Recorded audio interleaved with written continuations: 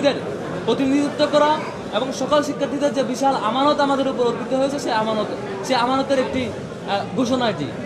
এবং এই কারণে ঢাকা বিশ্ববিদ্যালয়ের সকল শিক্ষার্থীর প্রতি আজকে থেকে আমার বিনীত অনুরোধ থাকবে, দায়িত্ব গ্রহণ এবং দায়িত্ব পালন পর্যন্ত যে কদিন সেই দায়িত্বে আমাদের থাকবো, আমি ব্যক্তিগতভাবে থাকবো, সেই কদিন পর্যন্ত ঢাকা বিশ্ববিদ্যালয়ের প্রত্যেকটা শিক্ষার্থী আমার জন্য উপদেষ্টা হয়ে কাজ করবেন। ঢাকা বিশ্ববিদ্যালয়ের প্রত্যেকটা শিক্ষার্থী, আমি যদি আমার পথ চলায় কোনো ভুল করি, কোনো ভুল পথে পা বাড়াই, কোনো ভুল কিছু করি মনে হয় বিশ্ববিদ্যালয়ের শিক্ষার্থীর কাছে, বিশ্ববিদ্যালয়ের শিক্ষার্থীরা তো আমাকে সাথে সাথে ভুল শুধরে দেন এবং তার জায়গা থেকে আমাকে সমালোচনায় কাঠগড়ায় দাঁড় করান এবং একদম যেভাবে শুদ্ধি দিলে পরে আমার জন্য সেই পথনাটা সঠিক পথে যায়, সেভাবেই যেন সেই বিশ্ববিদ্যালয়ের শিক্ষার্থীরা আমাকে শুধরে দেন, সেই কামনা করব। একই সাথে আমার জায়গা থেকেও এই যে বিশাল আমানত, বিশ্ববিদ্যালয়ের শিক্ষার্থীদের প্রত্যাশা পূরণের জন্য, শিক্ষার্থীদের অধিকার বাস্তবায়নের জন্য যে বিশাল আমানত, আল্লাহ রাব্বুল আলামিনের কাছে দোয়া করি আল্লাহ রাব্বুল আলামিন যাতে শিক্ষার্থীদের এই আমানতের দায়ভার, এই আমানত রক্ষা করবার তৌফিক দেয়। এবং একই সাথে আমাদের কারো দ্বারা কোনোভাবে যাতে কোনো আমানতের খেয়ানত না হয়, শিক্ষার্থীদের প্রত্যাশার খেয়ানত না হয়, কোনো অপরচুনিটির খেয়ানত না হয়, যেটির মধ্য দিয়ে কাল কিয়ামতের মাঠে আমাদের বিশ্বাস অনুযায়ী আমাকে জবাবদিহিতার মুখোমুখি হতে হবে।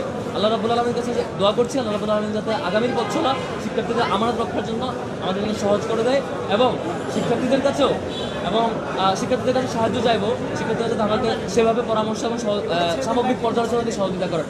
একই সাথে সারা বাংলাদেশের সকল আগ্রহী জনগণ যারা ডাকসুর ব্যাপারে কনসার্ন ছিলেন, ডাকসুর বিজয়ে খুশি হয়েছেন এবং ডাকসুতে আমাদের বিজয়ে আনন্দ প্রকাশ করছেন, তাদের প্রতি বিনীত অনুরোধ রাখবো, আমাদের এই বিজয়ের মধ্য দিয়ে আমরা কোনো বিজয় মিছিল কিংবা আনুষ্ঠানিক কোনো বিজয় র্যালির মধ্য দিয়ে আমরা প্রকাশ করতে চাচ্ছি না।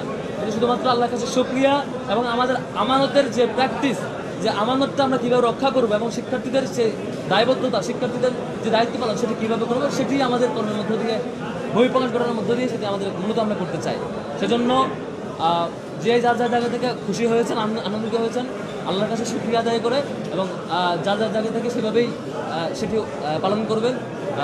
কোনোভাবেই কোনো বিজয় মিছিল কিংবা অন্য কোনো মডেলে আমরা সেটি করতে চাচ্ছি না। এটি মূলত শিক্ষার্থীদের বিজয়, এখন আমাদের পরীক্ষার পালা, এটি আমাদের আনন্দের পালা নয়, এটি বরং আমাদের আমানতদারিতার পরীক্ষার পালা। আমরা শিক্ষার্থীদের সে আমানত আদৌ রক্ষা করতে পারবো কিনা, সে আমানতের অনুভূতি আমাদের সবসময় থাকবে কিনা, সে পরীক্ষা। আমাদের প্যানেলে যারা বিজয়ী হয়েছেন, আমাদের যারা আছেন, প্রত্যেকের জন্যই সেটি একটি বিশাল পরীক্ষা।